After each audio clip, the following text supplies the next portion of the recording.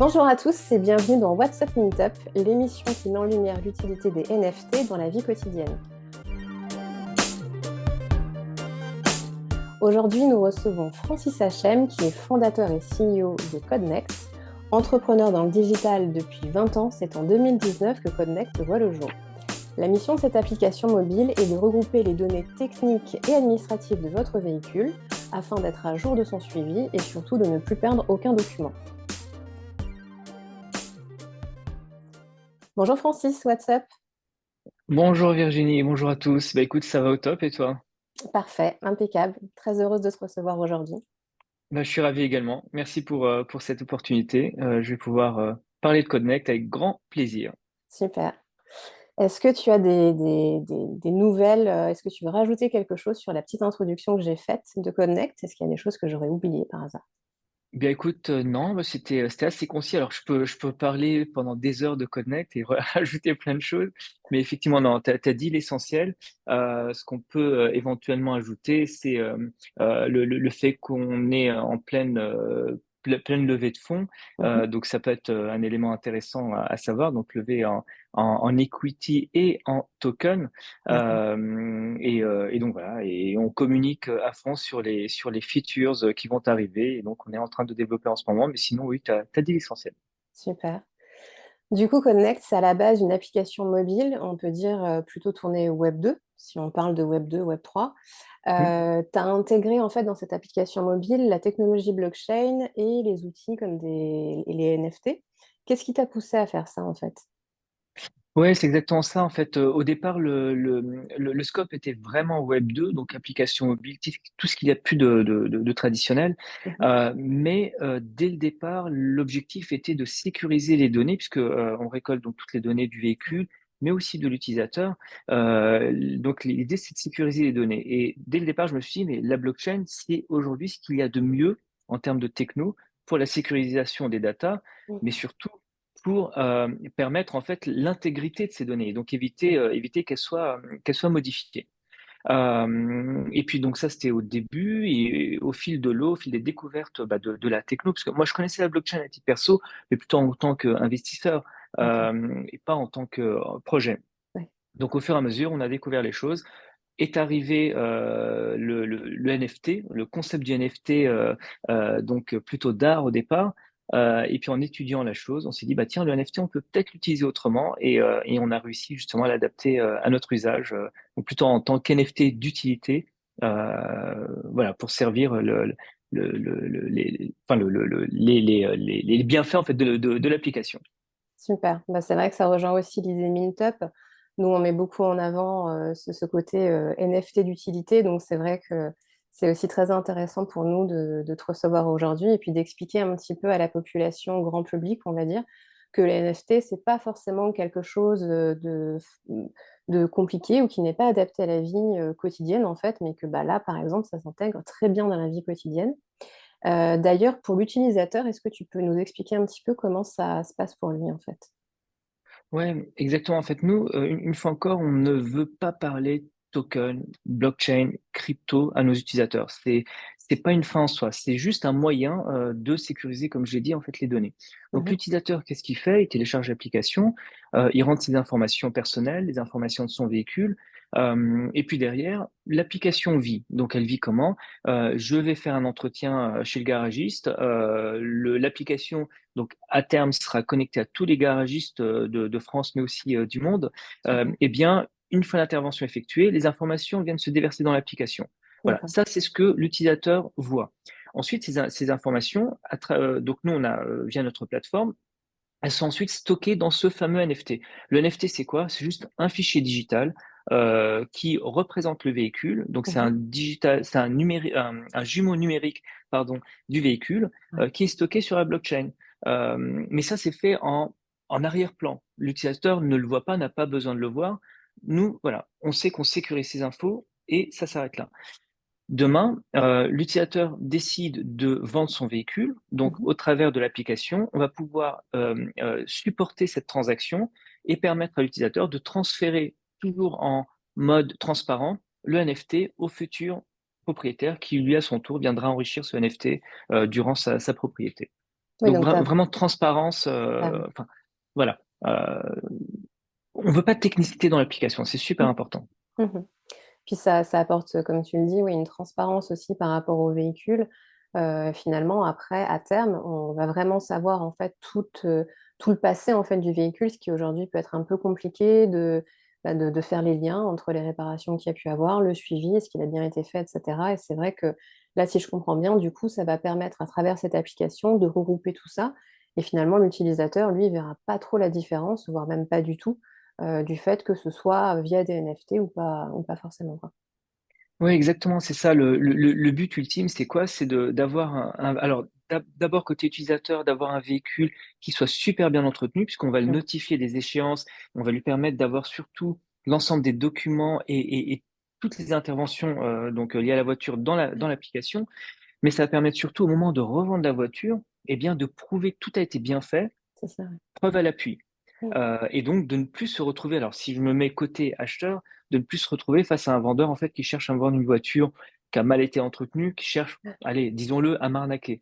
Donc là, Connect intervient en tant que tiers de confiance et apporte les preuves que tout a été bien effectué en temps et en heure, et donc permet au vendeur aussi de mieux vendre son véhicule à un prix voilà, au plus juste, Plus et pas juste, ouais. forcément négocié, pas forcément au rabais. Super. Du coup, est-ce que Connect, ça s'adresse plutôt aux professionnels ou bien est-ce que ça s'adresse aussi aux particuliers? Quelle cible vous visez en fait? Alors, ça s'adresse aux deux. Donc, à terme, ce sera le particulier. Mhm. Dans un premier temps, on s'adresse aux gestionnaires de flotte automobile, puisque, bien comme toute entreprise, on a besoin de générer du chiffre d'affaires.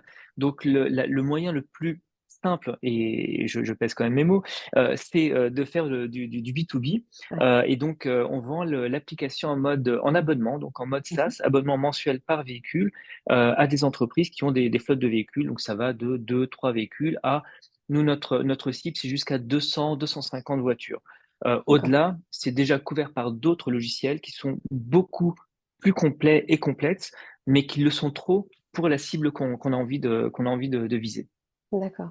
Et donc oui, et à terme, ça va s'étendre petit à petit de manière presque naturelle en fait au grand public, j'ai envie de dire, enfin Mm. aux particuliers, quoi. Absolument oui, puisque dans l'application, on peut gérer et sa voiture perso et sa voiture professionnelle, et d'ailleurs plusieurs voitures, hein. Ça peut être la voiture de son enfant qui vient d'avoir 18 ans, ça peut être vraiment... on estime que le particulier peut aussi être comment dire, une mini flotte automobile. Donc on peut Ouais. voilà, donc gérer plusieurs véhicules, et le fait d'avoir une offre pour les entreprises bah, nous permet ensuite de capter ces utilisateurs d'entreprise et de les transformer en utilisateurs particuliers. Donc petit à petit, ça nous permettra de gagner effectivement des utilisateurs plutôt B2C, donc plutôt particuliers, qui est Ouais. notre objectif final, hein, dans tous les cas. Ouais, et puis c'est ça, ils peuvent essayer eux-mêmes de leur côté d'un point de vue professionnel, trouver que c'est sympa et du coup le rapporter entre guillemets à la maison. Et C'est ça. c'est pas bête du tout. D'ailleurs, je reviens sur les termes NFT, etc. Quand je suis allée voir sur ton site, c'est vrai le mot blockchain apparaît peut-être une ou deux fois, NFT Mm. peut-être aussi, mais c'est assez discret. Est-ce que c'est une stratégie, enfin, est-ce que c'est comment dire, un moyen en fait que tu as mis en place pour essayer d'embarquer le plus de population mainstream, enfin de grand public en fait, dans ce projet-là? Est-ce que cette communication, on va dire discrète sur le NFT, alors qu'il est bien présent, est-ce que Mm. c'est fait exprès ou est-ce que c'est, enfin, quelle est la position de Connect là-dessus? Ouais, oui, oui, c'est vraiment voulu. Ça fait partie de notre stratégie de com.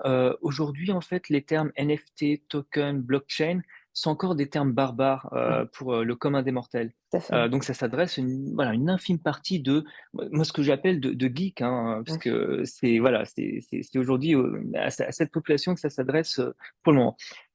Donc, on voulait pas trop polluer notre communication avec des termes que la majeure partie des gens ne comprennent pas encore, ou en tout cas d'accord. n'ont pas encore intégré dans leur quotidien. Mhm. Donc on parle simplement avec des mots français pour la version française, anglais pour la version anglaise, mais on parle, voilà, on parle commun. On dit quand même qu'il y a NFT derrière, blockchain, Mhm. parce que ça existe, c'est quand même quelque part une partie de notre fonds de commerce.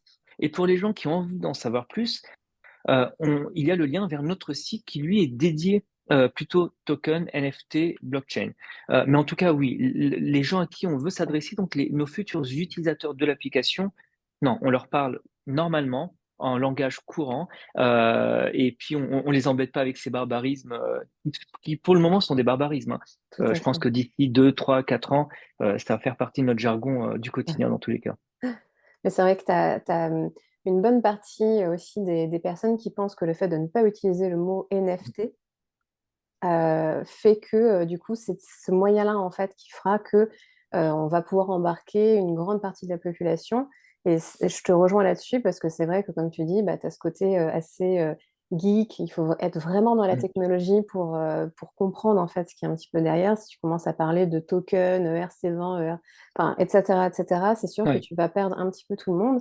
Là, c'est même pas forcément en parlant des NFT, mais voilà, donc c'est une très bonne idée aussi d'avoir séparé, enfin d'avoir fait deux sites finalement, un pour votre projet Mm. plus token, plus purement Web3, on va dire, et un Oui. autre plus pour l'application qui utilise ces technologies, mais qui est à viser du grand public, quoi.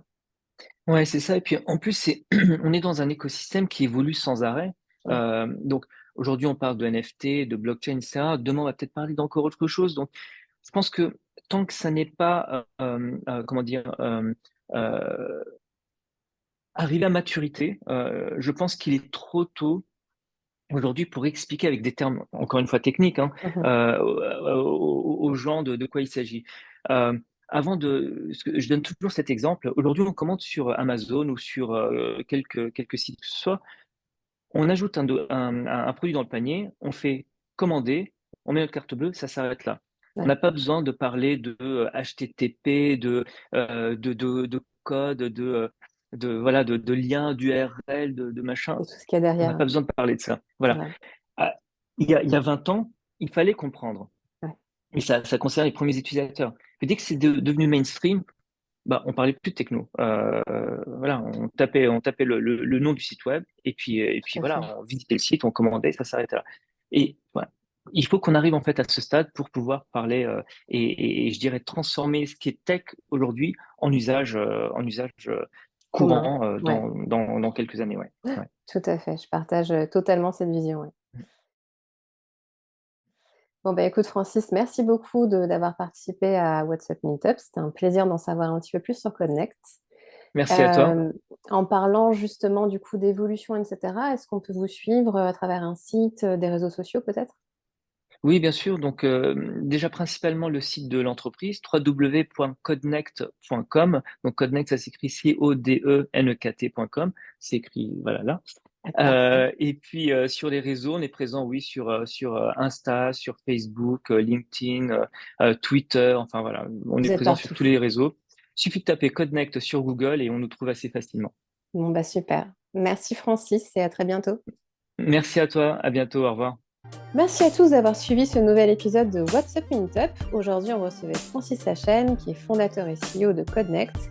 On se retrouve très bientôt pour un nouvel épisode avec un nouvel invité et d'ici là, portez-vous bien. À bientôt.